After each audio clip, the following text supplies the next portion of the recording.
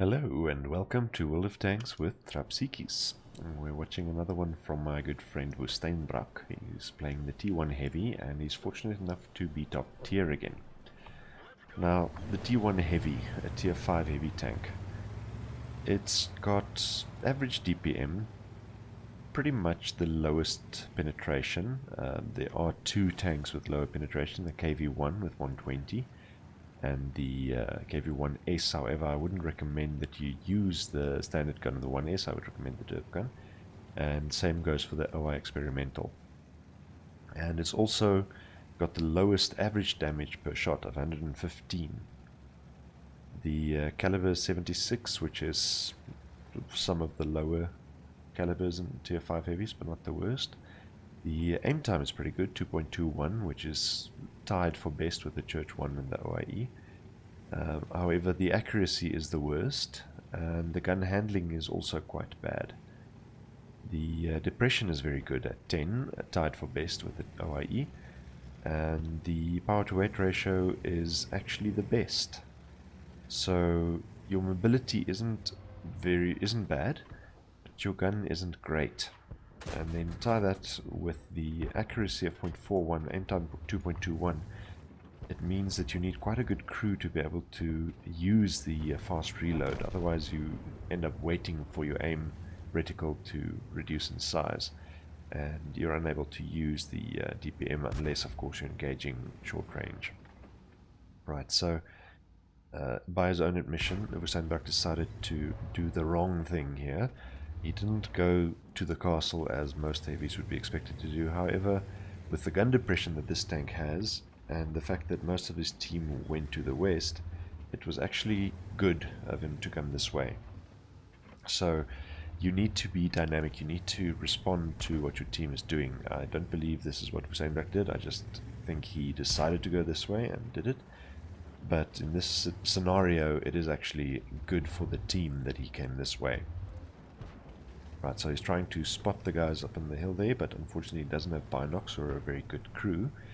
So his view range is limited to, well, I would guess, just under 400 meters. He's trying to get some shots at the Chaffee, and wisely waits for the reticle to reduce in size. Unfortunately that one goes wide, and you'll see this quite a lot where he tries to shoot, and because the reticle is still too big, unfortunately he misses the targets. So that was the first damage done in the game, 115, exactly average roll. And he's using these ridges to keep himself safe. The side armor of the T1 heavy is not very good. It's on the turret 82.6 and on the hull 52 millimeters. So a lot of the enemies he's facing should be able to penetrate that.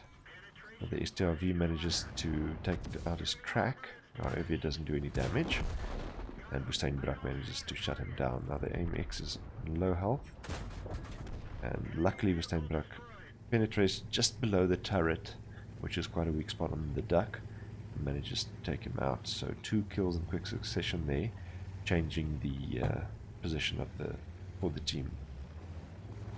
Now he's trying to get an angle at the Matilda, but you need to be aware of the DW, Covenanter, and the Chaffee. So you can't just go rushing in, and there the Covenanter validates the decision to be careful by taking some shots, and again WoestynBrak misses the Chaffee. Right, now you'll see something interesting. He's auto-aimed, but at this range and at that speed, it's unlikely that he will hit, so he unlocks auto-aim and proceeds to only hit the tracks, unfortunately. Right, the Matilda is reversing, of course, with WoestynBrak's luck, he misses. But fortunately, the friendly duck manages to take out the Chaffee. So the score is at 8-10, not impossible, but you do need to be aware and be careful not to let the enemy's lead get too far. You will however note that the friendlies have 4 tier 5s remaining, where the enemies don't have any tier 5s remaining, so that's a significant advantage to the friendly team. Especially considering WoestynBrak still has almost all of his hit points. Right, so the Covenanter is not looking this way, but he gets in behind the wreck of the M42, which is a very clever move, so you can spot him, but unfortunately WoestynBrak is wise to the plan and manages to take him out without taking any damage. Now WoestynBrak uses the terrain to hide his hole. Pushes into the DW. And for some reason the DW keeps aiming at where WoestynBrak was, giving him the opportunity to take him out. However, unfortunately the friendly artillery does a bit of damage to WoestynBrak there. Now, this is something that I see quite common on the lower tiers, where the friendly artillery doesn't call out their shots and accidentally hits friendlies. Now, obviously you know Wargaming's stance on this. If you damage friendlies, under no circumstances is penalty up for appeal. You will pay the repair cost, and this is why, even though you don't mean to hit the guy, you can plan, you can see that your friendly is in your blast radius and plan accordingly. So try to avoid that. Try to rather miss on purpose and only do splash damage.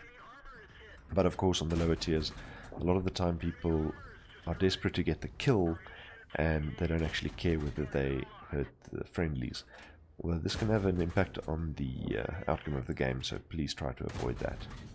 Right, so this T40 is doing some kind of dance with the Churchill there, trying not to get hit from in the side by WoestynBrak or from the front by the Churchill. Now WoestynBrak switches to HE for the open top TD and proceeds to do a very low damage roll of 44. Now, the T40 is unspotted, but he's not shooting back. And if he runs, the Church 3 should spot him, so something strange is going on there. We don't know if the T40 is somehow disappeared, or if he's still there but just unspotted. So WoestynBrak moves up to try to get a spot on him. Now the enemy T28 does some damage, or actually shoots at him but doesn't do any damage. These were 2 APCR shells, and both of them didn't do damage, so that was quite lucky for WoestynBrak that he didn't get damaged there. And then he finally spots the T40, who landed up on his side, and that's why he wasn't running or shooting. So unlucky for the T40, but fortunately for the friendlies, we've now got a very changed scenario from earlier. We were 8 to 10, and now we're 13 to 12, so the higher tiers of the friendlies beginning to show there.